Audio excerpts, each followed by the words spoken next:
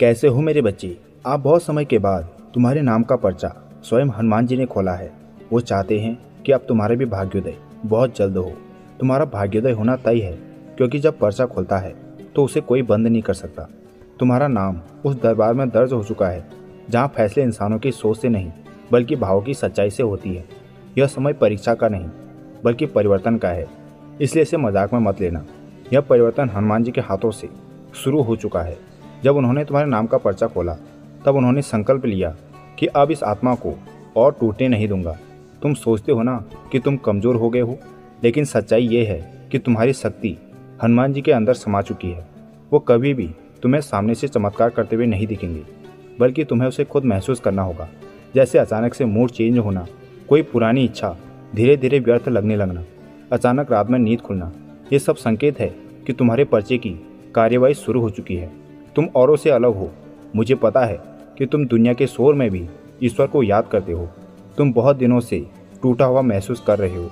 कितनी रातें तुमने रोते हुए निकाल दी है, क्योंकि कोई न कोई परेशानी बार बार तुम्हें रोने पर विवश कर देती है। लेकिन तुम्हें विश्वास नहीं होगा कि हनुमान जी तुमसे एक क्षण भी अलग नहीं हुए। तुम्हारी हर आहट की पुकार उन्होंने हमेशा सुनी। अब कोई भी शत्रु तुम्हारे करीब आने की कोशिश नहीं करेगा। जिस दर्द को तुम झेल रहे हो वो दर्द अब तुम्हारा नहीं रहा, बल्कि वो हनुमान जी का प्रसाद बन चुका है। तुम हर किसी की मदद के लिए हमेशा आगे आते हो, लेकिन जब जब तुमने लोगों से उम्मीद की, कोई भी तुम्हारा सहारा बनने के लिए तैयार नहीं हुआ। लेकिन हनुमान जी उस वक्त भी तुम्हारे साथ थे। तुम्हारी आंख जो बार बार नम हो जाती है, इसकी पीड़ा को स्वयं हनुमान जी ने महसूस किया है। तभी तो आज तुम्हारे लिए पर्चा खोला गया है। हनुमान जी को तुमसे कुछ नहीं चाहिए, बस वो तुम्हारे सच्चे भाव को हृदय की गहराई से महसूस करना चाहते हैं। अब देखना, जिन दरवाज़ों को तुमने बंद समझ लिया था वो एक एक करके खुलेंगे। जिन चेहरों ने तुम्हें रुलाया था अब वो तुमसे पीछे रह जाएंगे, क्योंकि अब हनुमान जी ने तुम्हारा केस पकड़ लिया है।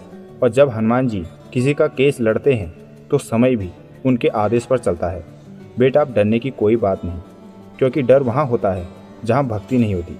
तुम्हें क्या चाहिए ये मुझे पता है।